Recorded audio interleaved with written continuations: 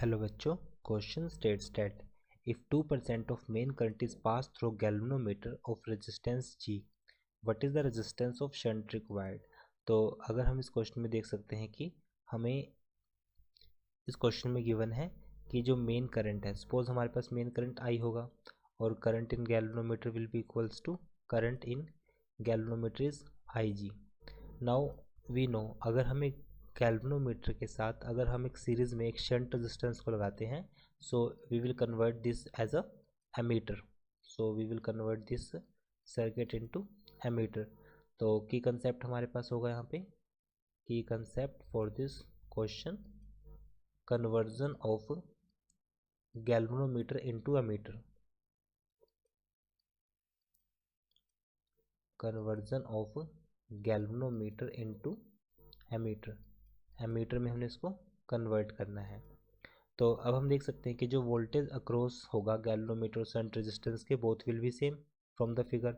Voltage across galvanometer will be equal to voltage across shunt. So current in galvanometer IG and resistance is G, and for shunt current is I and this value is shunt is S. So from this it is clear, current in galvanometer divided by I equals to S by G. This value will be S by G. Now we have to find out shunt. So shunt के लिए हमारे पास formula बनेगा current in galvanometer divide by I and multiply हम इसको करेंगे G से।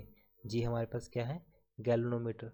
Now it is clear, so S will be equal to G by S, sorry हमारे यहाँ पे S की वैल्यू आएगी हमारे पास IG by I into G।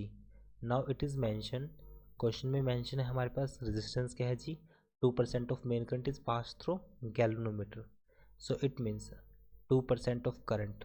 So we can say 2% of current, क्योंकि हमारे पास गैल्वेनोमीटर में जो करंट फ्लो करेगा that is equals to IG।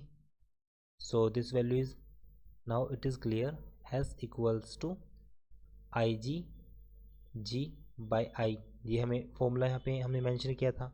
So this value will be equal to G and this value will be 2% in galvanometer and बाकी current कितना होगा 98, क्योंकि question में मेंशन है हमारे पास 2% of main current is pass through galvanometer. It means जो 2% current हमारे पास कहाँ पे फ्लो करेगा, गैल्वेनोमीटर में, बाकी हमारे पास आ जाएगा 98। सो 2G by 98, it means shunt will be equal to G by 2 4 is 8, 2 4 is, so 2 9 is 18. So this value is S equals to G by 49. It is our answer. I hope solution is understandable. Thank you.